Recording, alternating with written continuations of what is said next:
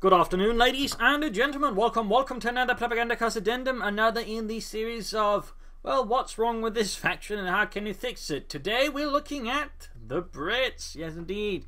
The ever not very popular Brits. They weren't very popular in Companies 1, where they were rather busted due to the ability to blow up heavily in placements and trucks. Here, they don't have the trucks, but they do have a lot of the other previous capabilities. If anything, the emplacements have been made to an extent even worse due to being able to embrace, meaning they can actually soak up a lot more damage than the old ones could. So that rather has some unfortunate implication. In that sense, that's always one of the bigger problems of the Brits. They rather tried to keep making the Brits in Companies 1 work by just slightly tweaking things. The problem was it was just not very good designing and just units that can walk around not needing cover. For starters, because they're so bulletproof. I mean, they tried to make the British second section require more cover. The problem is they then gave them so much received accuracy and so much firepower, even without a cover, it doesn't particularly matter. And then when they aren't covered, they're really a bastard to deal with. So they didn't really change much in the equation. Similarly, the emplacements, which I think are universally hated, resulting in the Sim City, they didn't fix either. They just kinda made them worse, which doesn't particularly help the situation, because again they're now even harder to remove. So on the smaller maps they're now even more difficult to get rid of, because you can just plop them down there, embrace, and just, well, or brace, and just, you're stuck there. So I mean, it's rather resulting in a lot of the smaller maps being absolute bastards to deal with. I'm going to say I remember a lot of bad Companies 1 maps that were only bad because the Brits could just stick a mortar in place from the right place, and you'd have to, to deal with it in a very, very tiresome manner. And that's largely what happens in Companies 2.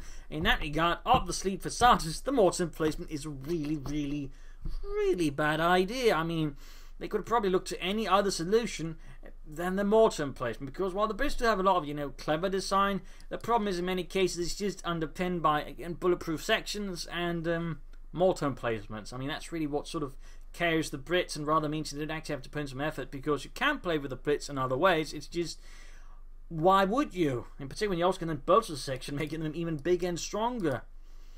Which is, by the way, from the Panzer Elite in Companies 1. You can bolster their 3-man squads into 4-man squads, but here we're going for 4-man into 5, and then going from the slightly risky with 4-man, which of course we know also a Wehrmacht player, but then moving into 5, meaning we're pretty much a lot safer, while again still retaining the bulletproofness. So plus double Bren guns, which is basically like an LMG-42, which the Grenadiers could not use to get too off, but British infantry section can, while being more bullet resistant and getting cover bonuses.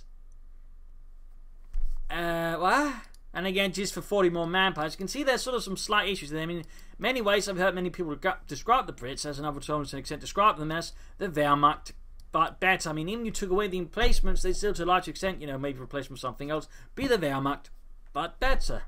And that's sort of one of the issues with the Brits. They just, in many ways, they do what the Wehrmacht's supposed to do, but better. They have much faster attack. They don't have 4 tiers. They have like maybe 2 or 3 if you're really generous, because this one is pretty much like, the first tier, then you have the second tier, and then maybe you can sort of push like the upgrades of that into the 3rd tier, and that sort of thing. They're just so fast attack with, which also makes them really difficult to pin down and actually, put in a disadvantaged situation, because they could just take up. Oh, I'm ahead. Oh, I'm no more ahead. And that also creates sort of some awkward situations with the Brits, where again they can just sort of rush ahead with you.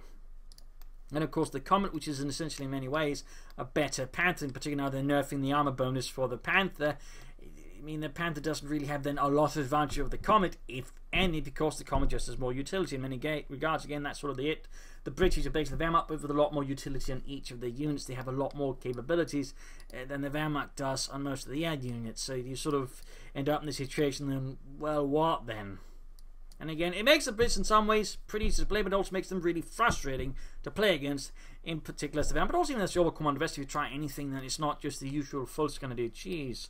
So it's sort of a tricky faction. Again, it's one that just tends not to get very popular, because, well, it just relies on things that to an extent sort of bend the rules in not very fun way. Again, infantry sections are just amazing in and out of cover. Fast armored cars, they can just slightly tank things up. Tanks will usually outperform the others at a lower cost. Bolster sections, Bren guns are the basic MG-42s, except you can carry 2 of them. and so on. So it sort of leads to not particularly a lot of fun. And the idea is supposed to sort of try and reflect the British much, building up and then making big pushes, which is great, but that doesn't make the infantry bulletproof, and that doesn't make, the emplacements bulletproof either. In fact, it doesn't really make much of an argument for emplacement. If you're sort of trying to reflect how the British fought the art of, war, you should then have, to rely more on cash, just to say unlock stuff, the cash would then actually be a requirement rather than addition. That way, sort of highlight, they then sort of build up, and then, they could then unlock special abilities or tanks even. They could, for example, have munitions caches, their artillery barrages, become much more devastating as, that way they're stockpiling munitions, for bigger things. I mean, 1 cache, 2 cache, maybe 3 cache, don't expect more than that, and that way you can sort of have something there. So in that sense, it becomes a late game faction, but, it doesn't become so through really, really cheesy play, and you have sort of actual counterplay, because, then you sort of try to hunt down the caches, and of course also forces the Brits to have to sort of consider more how they place their things and how they fight. So I mean, that would overall, I think, really lead to a more fun state of Brits, rather than just, hey, emplacements turned out to be completely hating companies won. Let's try again, alongside bulletproof sections, because everybody loved the Brit blob. Wait a minute, no they didn't. So, I mean, the Brit design is just one of those really weird designs. It's not Oberkommando West weird. It's just, didn't they learn anything from the Brits in Companies 1 except, don't do trucks, because they gave the trucks to the Oberkommando Wests? I mean, it seems like they sort of just dumped their worst ideas on the Oberkommando West and the Brits from, like, Companies 1 and just, say that, well, let's call it a day here.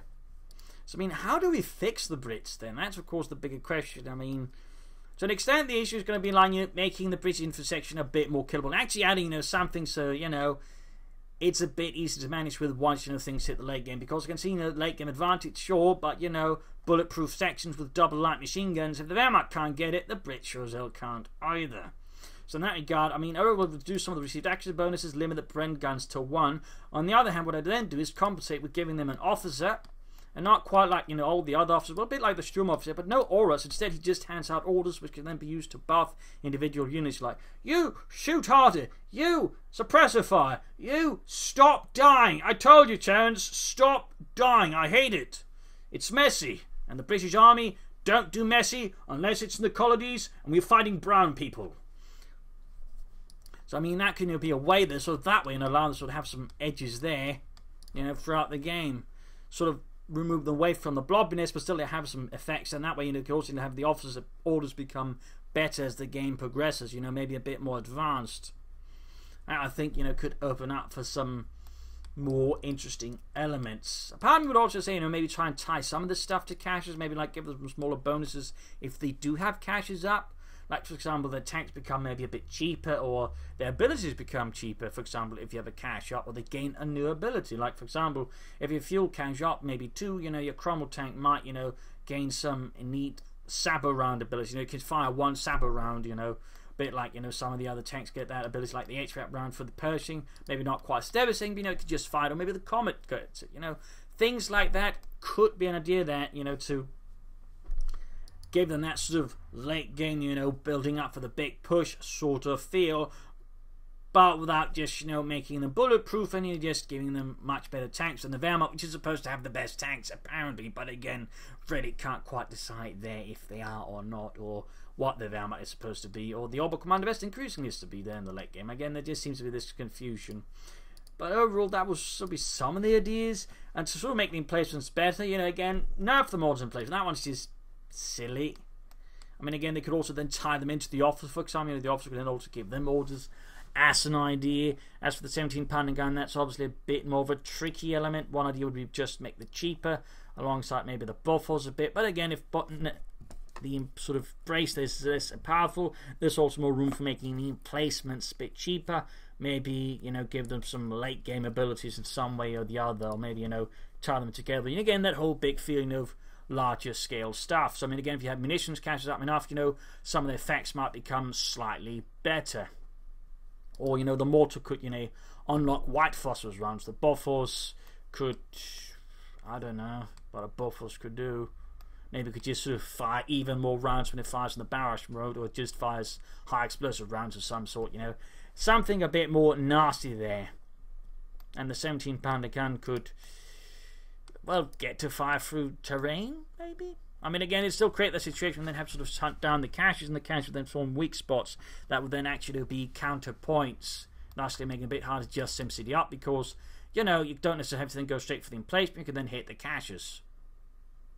So that could be a potential idea, but I would suggest me to A, make the British infrasection a bit softer, add in an officer that can that way, you know, give them some boosts, but again, just, you know, single units at a time, and requires actual management from the British player, and, you know, nerf the emplacements a bit, and, you know, maybe try and hand out some abilities here and there, maybe based on caches or something else. But overall, I think the British in many ways just are as a solid faction. It's just in many ways they're just so much a cheesy faction because, again, they just got a lot of the bad stuff from the Brits and companies one, the stuff that just make them really tiresome to deal with. And it's not exactly encouraging a lot of creative play from the Brits. I mean, that's also an important thing to keep in mind. Sometimes a faction is just so powerful that they just don't bother to play it very well because they don't have to. I mean, that's actually a thing to keep in mind. A vital thing to keep in mind. Other options could also be maybe just giving the infantry section or the sappers access to smoke grenades down the road. Probably the sappers, again, maybe tied together with munitions caches. So I think that sort of covers the issue of the bits. I mean, again, it's basically just tying all the stuff from the first company's one, all the stuff that really didn't work, except the trucks because they gave that to the other Commando West, and then adding some new fun, tiresome bits there. I mean, to an extent, they're a functional faction. They're just a functional faction that's got a lot of really busted stuff added on top of it, which really makes it tiresome to deal with. That's kind of why the Brits are so frustrating. But I mean, in essence, if you want to sort of not play by the meta, you can actually to an extent get away with it compared to the Oberkommando West. That's actually something to keep in mind there. You can get away with it, but if you do as the Oberkommando West, you get punished. Brits, you can reasonably well get away with it, reasonably well. So that would sort of mean my overall suggestions there. As to actually, you know, make them a bit, you know, more fun to play with and against. But again, the officers sort of getting more options in that direction. It's sort of also reflecting the British reliance on officers at the front line. So there you go, another video, another topic. As for what comes next, there probably won't be another what I think is wrong with this faction because, well, the last two I think are reasonably in a good spot. So I think I'll go for what is not, why I don't think these factions are actually in any way bad off, and why I think people need to know play them better, maybe. So that's going to be sort of what's next there. So I hope you enjoyed this video. If you did, you know, subscribe, like, share, comment on it.